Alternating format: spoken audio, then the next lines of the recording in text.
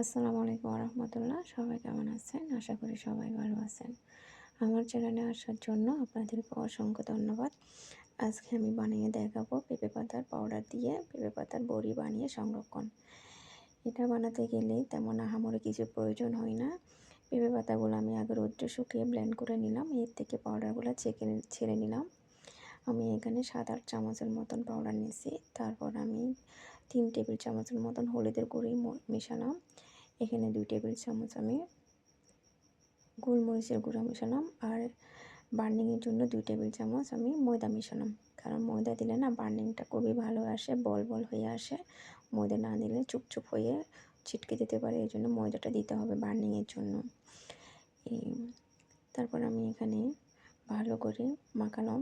অল্প অল্প পানি দিয়ে মাখতে হবে। যদি বেশ পানি দিলে না এটা টুসটুসে জলের মতন বেশি যাবে। এই জন্য অল্প অল্প মাখি দিয়ে ময়দা মাখানো ডোর মতো করে মেখে নিতে হবে। যখন হাতের মুঠোয় নেবেন দেখবেন এখানে বলের মতন হয়ে আসতেছে। ঠিক পারফেক্ট হয়ে গেল আমার বলগুলা বানানোর জন্য। আমি আস্তে আস্তে ভালো করে মাখাচ্ছি। মাখানোর পরে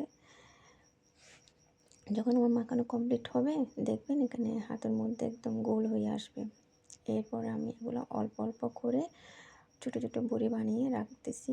টানা 7-8 দিন রোদ্রে দিলে এটা শুকিয়ে যায়। হ্যাঁ, এটা শুকিয়ে গেলে টানা 4-4 দিন আমি রোদ্রে দিয়ে শুকিয়ে নিলাম। তারপর আমি বয়ম ভরে রাখছি। এটা বয়ম ভরার পরও আপনাকে প্রায় 3 মাস অন্তত 2 মাস অন্তত এটা রোদ্রে দিতে হবে, যাতে এখানে কোনো রকম ফাঙ্গিসাইড না আসে। এটা আসলে মূলত বানা হয় গুড হেলথের জন্য। নিম পাতার বড়ি যেমন খাওয়া হয় ঠিক সেরকম পেঁপে পাতার বড়িও খেতে হয়। কারণ পেঁপে পাতার বড়ি ব্যাড ব্যাকটেরিয়াকে কিল করে। এটা অনেকটা ভালো একটা উপকারী জিনিস। এটা আবার প্রতিদিন খেতে হয় না। এটা যদি আপনি খান প্রতি সপ্তাহে যদি 3 দিন করে খেতে পারেন, 2টা বড়ি সপ্তাহে 3 দিন করে 2টা বড়ি সকালে খালি পেটে গরম পানির মধ্যে দিয়ে খেতে পারেন।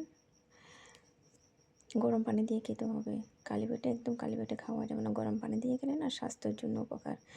হ্যাঁ বন্ধুরা, আমার এই বড়ি বানানোটা কেমন লাগছে? যদি ভালো লেগে থাকে please like, comment and subscribe করতে ভুলবেন না। আল্লাহ হাফেজ। সবাই ভালো থাকবেন, আমার পাশেই থাকবেন। অসংখ্য ধন্যবাদ সবাইকে। আল্লাহ হাফেজ।